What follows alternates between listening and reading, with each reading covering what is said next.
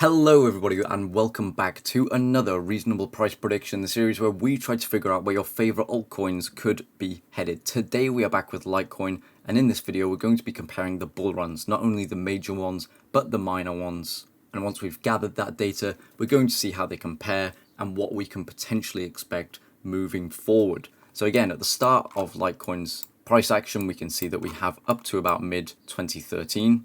Which was coincidentally a bull run year, and we can see Litecoin does get its bull run, does get a strong peak towards the end of 2013 at about a price of what we currently have today, about $62, $63. It then had a major bear run, went even lower than its launch price, and then had a much smaller bull run where we saw it put in a move from $1 to about $6, $7. So again, we get this major bull run and this minor bull run, and note the time frame between these two is somewhere around a year and a half. If we take a look at how many weeks it was, we can see it was 83, so quite a good bit of time between these two, a very long bear market. And we can see that over the course of the halving, and much longer before that and much longer after that, Litecoin basically did nothing. It traded sideways between this range of a high of $6 and a low of $2, and while that does sound like a big percentage move, the majority of the price action was between $3 and about $4, so realistically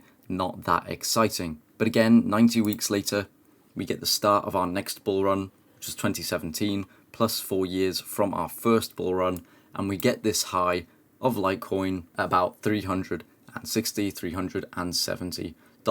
We then have our bear market and a much smaller bull run, which again, taking a look at the distance between the two peaks, we get about 78 weeks. So again, a similar time frame between the two peaks. So there is a similarity between cycles, how long we can expect to wait from peak to peak when the peaks roughly take place. We can see this took place in December of 2017. This one took place in November of 2013. So there is a similarity there in terms of seasonality. We also got this peak at summertime, June, July.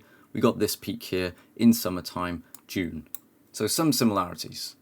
We then also, from this peak to a few months after the halving, we see Litecoin do pretty poorly. It trades downwards, it trades sideways for a little while, but it takes 71 weeks from this peak until after 71 weeks after this peak before we see Litecoin have any kind of an actual turnaround, and we go back into a bull run. We get our bull run, we put in our high of about $420, so again, higher than the previous high from the previous cycle.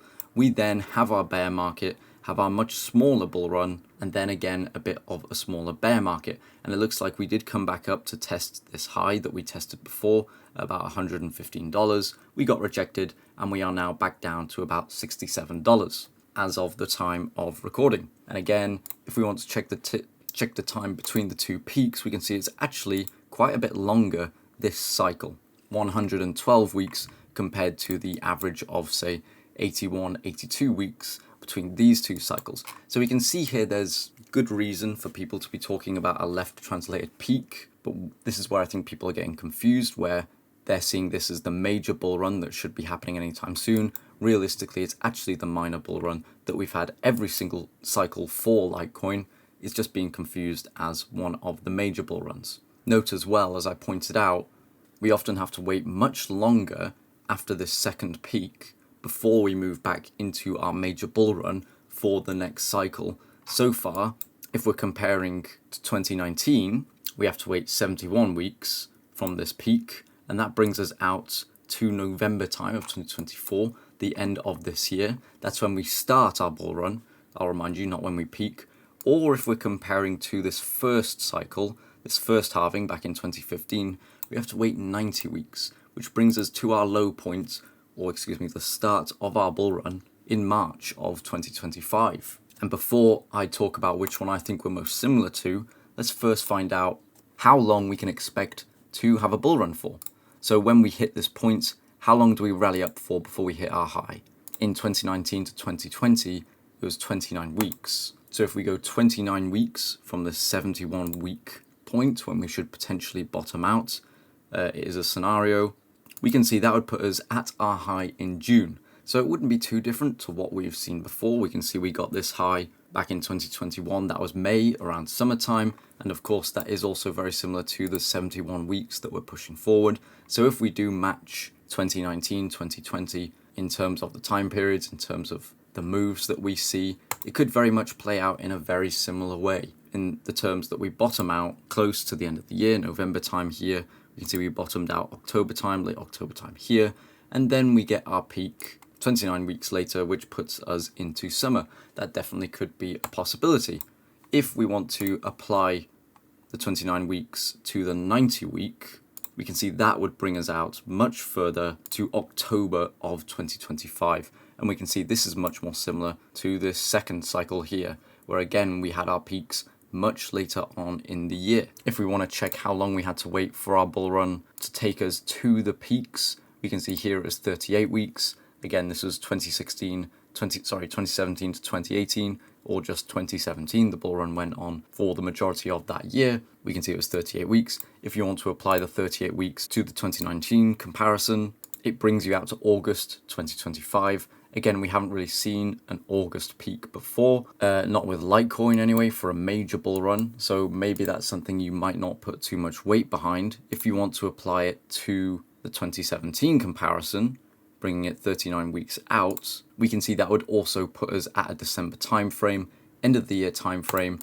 This is what we've seen most commonly with Litecoin. So quite a few of these moves, whether you're comparing to 2019 or whether you're comparing to 2016, 2017, they do kind of project a peak at the end of next year. Whether it's November, December, Q4 is where the majority of indicators point. Now, in terms of which cycle I think we're currently most like, I would argue we're currently very similar to 2015 to 2017. I think what we saw before the halving, where we had this rally, things didn't look too similar, but once we got this peak, I feel like a lot of things played out in a similar way. We can see we get this drop, this pretty harsh drop that we stay at this low level for a while, basically just up until before the halving. We can see if we zoom in here, we get this drop that we trade at basically up until the halving, where we get a rally that brings us up into the halving. And here we get a rally that brings us up into the halving. But note that we have a big sell-off basically 1 or 2 weeks before the halving. And if we go back to what we had, you will see that we got a sell-off 1 or 2 weeks before the halving. And then we continue to trade down after the halving. Looking back, we can see we continued to trade down after the halving, would you believe? And then we basically traded sideways for close to a year. And we can see it was 90 weeks from this peak to the start of our rally. Another interesting point to note is that we found a support and we basically never went below it. We wicked below, but we never had a close below it. And that support was at $3.50, a level that we broke above just before the halving, and a level that was a resistance for quite a while before the halving. So if we take a look at what we currently have over here, we can see we're looking for a level potentially that was a resistance for a while before the halving, but then we broke above just before the halving. That could potentially be at this $77 level. However, the obvious problem with that is that we've now broken down below that level. You could potentially argue that the support could be $61. I feel like that's your best bet at this point if there's going to be a support that we follow. Again, looking back, it is a potential. Nothing else to play the same. But do note that we did trade sideways basically here for a long time before getting our bull run. Also, just again to note again, I know we talked about this rally before the halving, but it was basically a test of the previous high that we reached. If we go back and see how far we rallied just before the halving, it was basically the wicks were a test to the high that we got before. So lots of similarities there that I would consider a scenario like 2015 to 2017 playing out. I think there's enough things there that you can go, okay, there's definitely a similarity. Now, if we take a look at 2019 to 2021, we can see that it is a bit of a different story. We get our high and a very, very steep but long sell-off for our bear market. We basically go from June to June before seeing any good price action, so a year of downward selling, basically. You can argue the same thing here, where here we had this peak in June, and you could argue now that we're basically bottoming out, because it's been a year. We're now in August, June has passed, July has passed, we've still been trading down, but if you believe we are similar to 2019, 2020, you would be expecting us to bottom out basically now. We did also get a similar move in terms of rally and sell-off before the halving. This one was a little bit before the halving compared to what we got last halving in 2024, but it doesn't mean it's not comparable. Again, they're both similarities, but do note we put in our low basically after that. You can argue we shouldn't have as severe of a drop because it was COVID, big scares, whatever, blah, blah, blah. Those are valid arguments. Another good comparison is that we came down to a much lower point after the major bear run, and then the low that we came back down to afterwards almost tested that.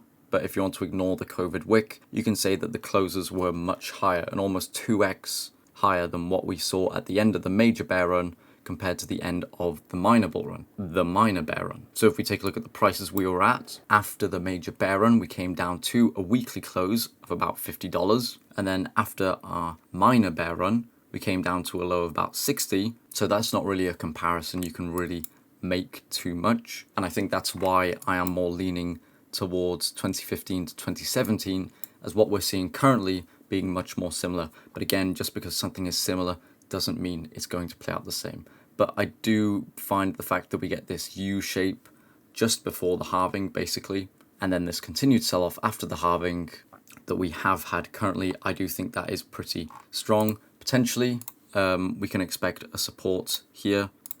Maybe that will hold, I don't know.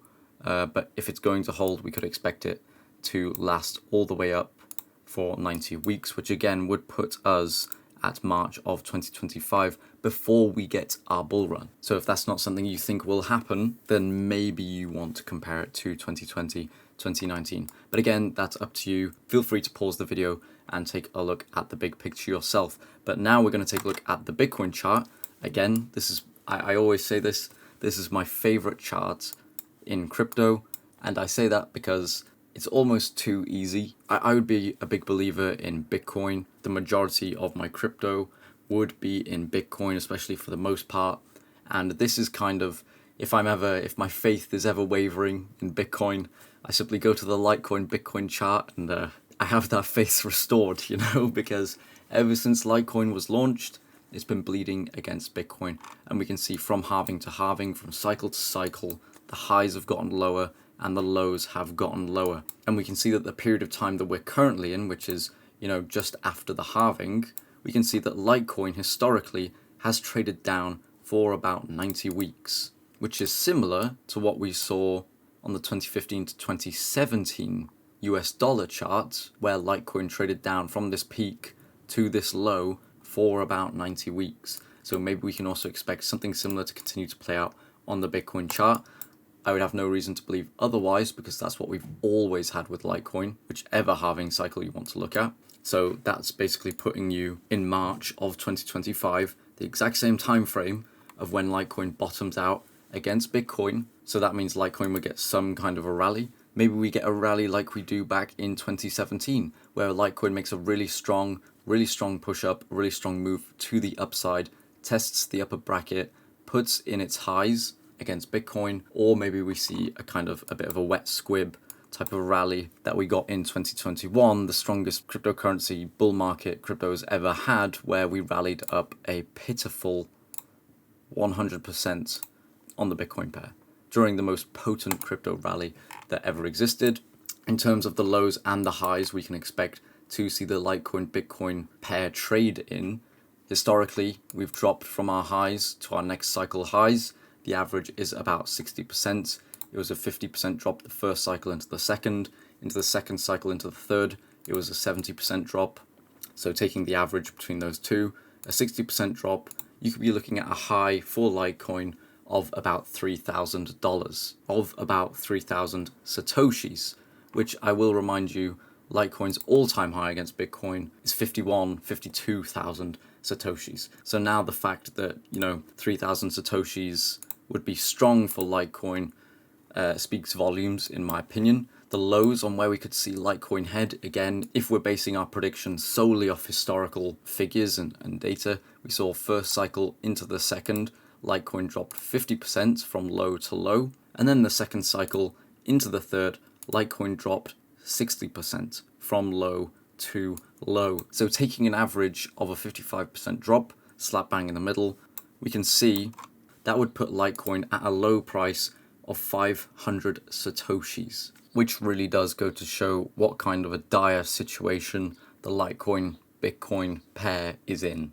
Maybe this is the year that it all changes for Litecoin and it breaks this pattern that it's been following for over a decade now and explodes up and moves back up to its all-time highs on the Bitcoin pair to around, 50,000 Satoshis, 51,000 sats.